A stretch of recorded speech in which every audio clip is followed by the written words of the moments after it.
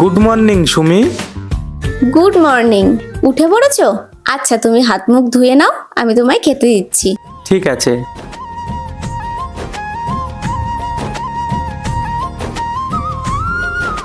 তুমি খেয়ে নাও, আমি বাকি কাজগুলো করে আসছি।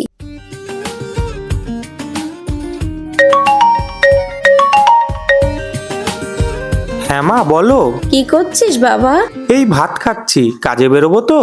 কি রান্না করেছে তোর বউ? ডাল আর বেগুন ভাজা। ডাল বেগুন ভাজা করেই কি প্রত্যেক দিন খাওয়ায় নাকি?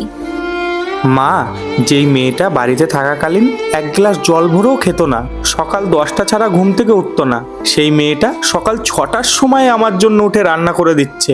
এর থেকে বেশি ও আমার জন্য আর কি করবে বলো? কিছুতেই উপায় মেলে না।